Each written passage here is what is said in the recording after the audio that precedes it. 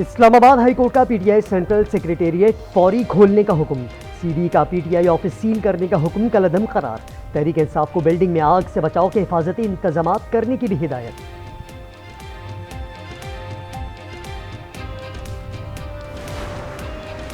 بانی پی ٹی آئی نے فوج سے مذاکرات کے حوالے سے اپنی شرائط بتا دی، مینڈیٹ کی واپسی اور گرفتار کارکنوں کی رہائی شامل۔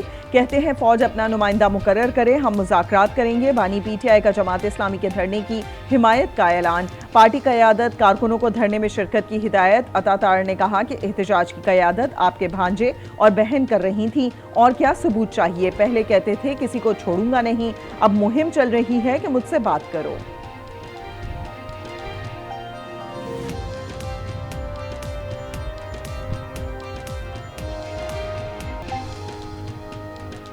41 ارکان کو پی ٹی آئی میں شامل ہونے سے روکنے کی پیش بندی، الیکشن ایکٹ 2017 میں ترمیم کا بل قومی اسمبلی میں پیش، اسپیکر نے ترمیمی بل قائمہ کمیٹی کو بھجوا دیا۔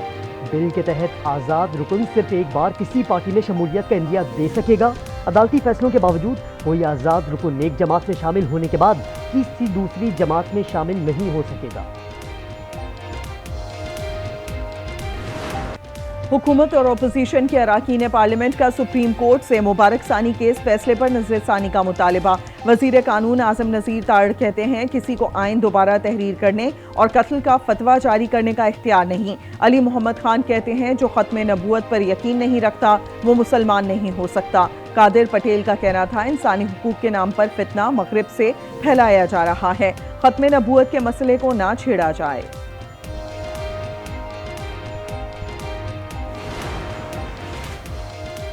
فوجیوں کو بغاوت اور اکسانے پر لیفٹیننٹ کرنل اکبر حسین ریٹائرڈ کا کورٹ مارشل، 14 سال قید، رینک ضبط کر لیا گیا۔ آئی ایس پی آر کے مطابق court martial Pakistan army act 1952 کے تحت کیا گیا۔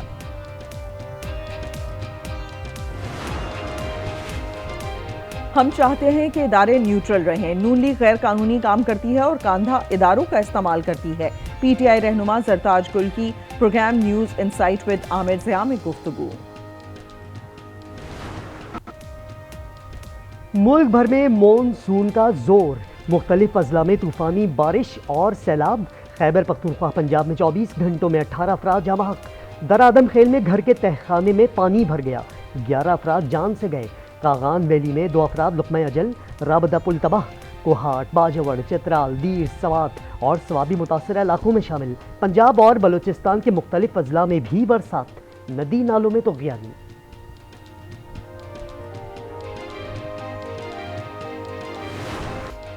کراچی میں مانسون کا تیسرا اسپیل، وقفے سے برسات۔ گڈاب میں سب سے زیادہ بارش 42.4 ریکارڈ۔ کے الیکٹرک کا نظام بیٹھ گیا، 400 سے زائد فیڈر سٹرپ کر گئے۔ سندھ کے مختلف اضلاع میں بھی بارش۔ یعقوب آباد کی تحصیل گھڑی خیروں میں 2 بچے تالاب میں ڈوب کر جاں بحق۔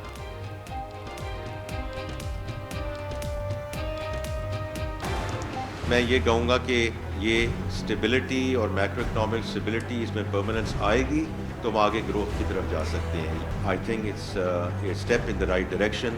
ریئل انٹرسٹ ریٹ کو پازیٹیو رکھنا ہے، ابھی اتنی گنجائش ہے۔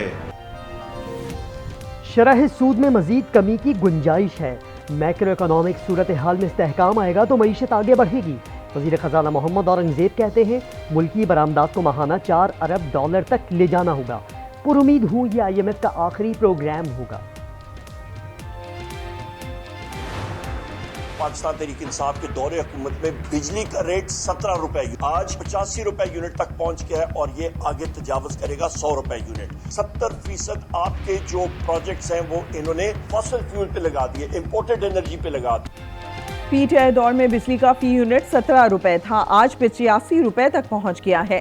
عمر ایوب کہتے ہیں غلط معاہدوں کی وجہ سے کیپیسٹی چارجز میں اضافہ ہوا۔ وزیر پیٹرولیم مصدق ملک کہتے ہیں جب عمر ایوب وزیر تھے اس وقت بھی یہی صورتحال تھی، اپنے دور میں بجلی قیمتیں کم کرنے میں ناکام ہوئے۔